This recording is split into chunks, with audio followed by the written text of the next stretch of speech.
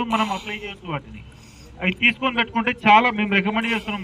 ఎక్కడ పోయినా డెమోన్స్ట్రేషన్లో చెప్తున్నాం మేము, అది తీసి పెట్టుకోండి. అది ఇంట్లో పోయినాక మన పెద్దవాళ్ళు అమ్మ వాళ్ళకి నాన్నకు సూపర్ ఇంకా ధైర్యంగా.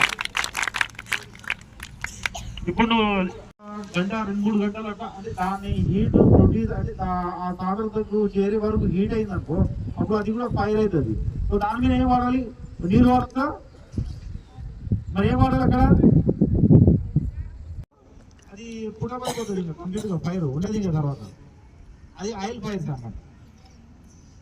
నెక్స్ట్ నెంబర్ సి అండి గ్యాస్ ఫైర్స్. ఇవి గ్యాస్ ఫైర్స్ ఇప్పుడు ఇంట్లో ఎల్పిజి సిలిండర్స్ అయితే అందరితో ఉండేవి కదా, ఇప్పుడు మీ ఇంట్లో ఉంటాయి అవునా? గ్యాస్ ఫైర్ అయితే ఏం చేయాలి ఏమన్నా తెలుసా? ఎవరైనా చెప్పగలుగుతారా? ప్రతి ఒక్కరి ఇంట్లో గ్యాస్ సిలిండర్ ఉంటుంది. దాని మీద ఏమన్నా కొంచెం మీకు తెలిసింది చెప్పండి నాకు. Baking soda. ఓకే, ఇంతకుముందు చెప్పినట్టు. ఇంకా తర్వాత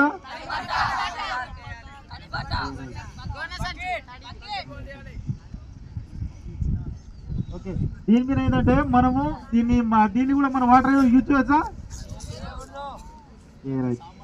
వాటర్ యూజ్ చేయకూడదు. దీన్ని ఫోమ్ అని చెప్పినప్పుడు ఇంత ముందు అది యూజ్ చేయొచ్చా?